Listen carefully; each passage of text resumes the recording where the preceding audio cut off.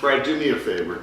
Why don't you guys each, if you have any question about any of Brad's courses or any of his theories. I don't remember what I did. I know you don't, but I you'll, don't look at it. you may not, but I mean, just you, this is your, no one ever gets an opportunity like this. Well, yeah, Ask first me a I gotta question. ask, how many of you guys play professionally? All of you? You mean guitar profession? No. Yeah. You guys don't play out in bands and stuff? I play out in band. I play Cover out band, play classic rock or church. what? Jazz? classic rock. Classic rock. Cover songs. Cover songs, okay. You don't? I used to play church music mostly. Okay. All right. But they are, No praise and worship right now. Okay. Not they enough. are avid students, so I mean, they do consume a lot of education. Because I run the praise band at my church, I've been having a ball because I've got 3 horns.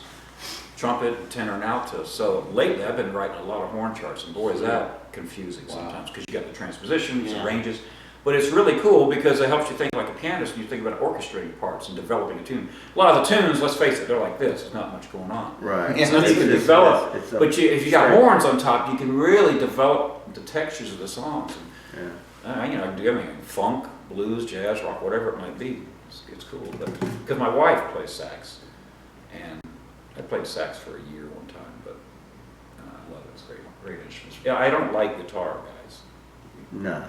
I don't. I think it's a great rhythm instrument. That's about it. It's a good rock instrument, but you can't beat jazz and piano. It's It's true. you know, when I talk about that stuff. All right, so You first. Well, I actually did have a question. It wasn't pertinent to directly to one of the things, but Mr. Carlton, could you please tell us? Hey, you might have to take a flash shot. no, whatever. I don't care. Do you think I started playing guitar because when I was in 6th grade. Somebody told me I couldn't play an instrument, and so I made it a point to get one for Christmas and be in all talent shows after that. There you go. I'm obstinate if nothing else, and I just wondered if you think when the people that you see, and I've played off and on. I'm just a happy amateur, and I'm content with that. But do you think there is when you see folks like yourself and others who are really extraordinary guitar players, do you feel that it's a natural talent that some people are gifted with, or can it be an acquired skill? If a guy only has acquired skill, can he achieve enough to get close to where people might mistake it for talent? Well, Or is there a difference?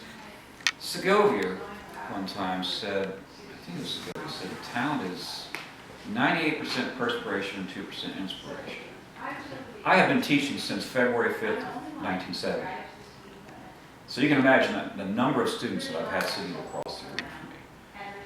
And I've really been able to study how people learn. I'm into that because everybody learns different ways and everybody has different technical approaches and stuff like that.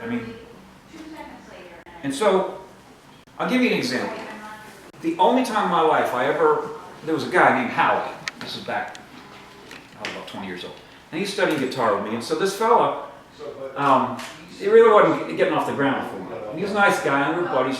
So after a couple months, 2-3 months, I said, Howie, I said, maybe this isn't your instrument. I'm like, okay. A year later, he was a smoking bass player in a top 40 band. He just made a little bit of a shift and found his instrument. So you got to find your instrument. Now, I do a lot of classical guitar and violin things. If you told me I got to play the violin, I'd say, I don't want to play the violin. I don't like it. Some instruments don't, but if you tell me, you can play sax, I'd say, I'm on board. You can play piano, I'm on board. There's certain instruments I just love. So you got to find your instrument first and foremost. But this issue about whether or not somebody has an affinity for an instrument or not an affinity, they have a natural inborn ability. There were things in my playing that I struggled with that were nemesis. And what I have found is that, because I'm a real stubborn guy too, I'm self-taught, I'm real analytical, but you know, I'm one of these kind of guys, and I tell my students right off the bat, I say, I'm not your teacher, I'm your coach. You're your own teacher. All you can do with me is I can show you the right and the wrong things to do and guide you and inspire you, hopefully, and maybe I can crack a whip on you if that's what you need, but ultimately it's up to you. Now I'm going to ask you a question for you. Who's your favorite? Who's your favorite guitar player? Oh, I've always really liked Al Di Meola. Wrong answer. I like David Gilmour. Give me another. You know we're not even close. who's your favorite guitar player? I'm a Gilmore. Gordon Lightfoot, John Denver. All you guys have the wrong answer. I knew he was going to say that. That's right. What is it? Who are you more concerned about? David Gilmour's playing, Alan Holdsworth's? Who are you going to put the time and energy on? Now, it sounds like an absolutely arrogant statement, but it's not if you look at it from a I standpoint. said that and you said no. I thought I didn't hear you say it. Tor will That's argue his with you. favorite guitar player. So if I tell my students, it isn't about being all full of yourself, because forget that noise. The more you learn, the more you realize you don't know. But you first and foremost have to have a level of dedication and commitment to say, okay, and I was thinking, I figured I'd be asking some questions. So I thought, okay, what are some things you guys want to talk about? So I think of it this way. I haven't started the Sherpa thing. And I got to get on board with it. It's just kind of tough. Yeah, I know. But so I wrote an introduction to it. And one of the things in there was that I said, not everybody needs to be a virtuoso. And that's true. But everybody can enjoy the pleasure and the joy of playing music. Some of the best compliments I've ever gotten were from ex-students who came to me and said, man, from what I learned with you, I'm able to enjoy playing music now in life, in whatever format it is. That warms my heart, because I gave them something they couldn't get out of Walmart to buy, or Nordstrom, or whatever, right? So if I've got somebody who has talent, it's my job to nurture that talent, but to motivate them, hopefully, to where the work's in their, the ball's in their court. I can't do it for them, you know? So you're going to have some people that have maybe something comes easy to them. But everything doesn't come easy to everybody. Everybody's going to struggle with something, you know? And it boils down to what are you going to want to do? Now for me, the fact that I'm a stump guitarist means that I get bored easily, because that's why I like playing a lot of different styles. If I just wanted to play this style, I'll give you a perfect example. Whatever you want to think about Yngwie Malmsteen, he may be arrogant, all that kind of stuff, but what he does fantastic. He's great. He's the best at what he does. The problem is, if you listen to everyone's solo, it starts to sound the same. But he's got his bag down. He's been playing the same song for 30 years. Okay, that works for some folks. For me, that won't but I work. didn't write it. But for some folks, you want to be able to play a blues thing, a jazz thing, a country thing, or whatever. So what does that necessitate? Not only a bunch of different technical approaches, but musically, you've got to understand what makes theory is theory, but you got to know what you're going to use, what spice you're going to use for this dish and this dish. So I think someone in the beginning has to decide, okay, how far do I want to go with this? What I do with my students is I tell them, I don't want you to have any technical weaknesses. I don't want you to be held back from what you can do way on down the line. So that's why I'm real strict about technique.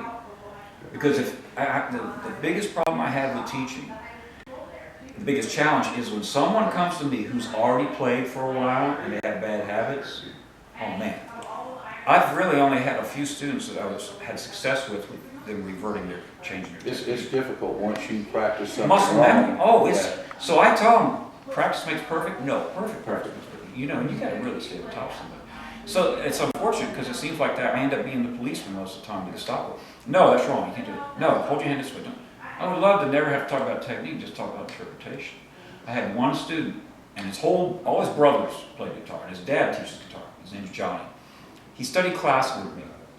This guy did everything I told him to do, so his technique came around. And it was awesome, because he was about 17 or 18.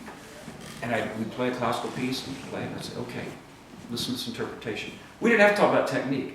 And then it was like a master class, and he'd be sitting there and say, okay, you just hear it, you just do it. But I showed him one day about the athletic side of playing the guitar. I hope I'm not going off on tangent now. But It's okay, we like tangents. yeah, so I tell my students, it's like an athlete. What do they have to do? They got to train hard. They got to, and it's not what they're doing out on the field, you know. So as a musician, there's an athletic side. So with this fellow, this classical guy, one day he comes and says, okay, Johnny, I'm going to show you. You're going to sit there for 5 minutes. You're going to watch me practice. At the end of 5 minutes, he had a blank look on his face. He goes, wow. Because of the intensity. I showed him the physical intensity. I said, do you want to practice 5 hours a day? Or do you want to practice a half an hour a day and get something accomplished? You got to get physical. You got to get intense. And most people aren't that intense about it. Yeah, I tend to start to practice and then begin to noodle and then begin to drift, and then I've wasted 2 hours. I had a good time, but I didn't know why. Okay, I'm going to give all you guys a real important philosophy of mine. There are 3 levels of information.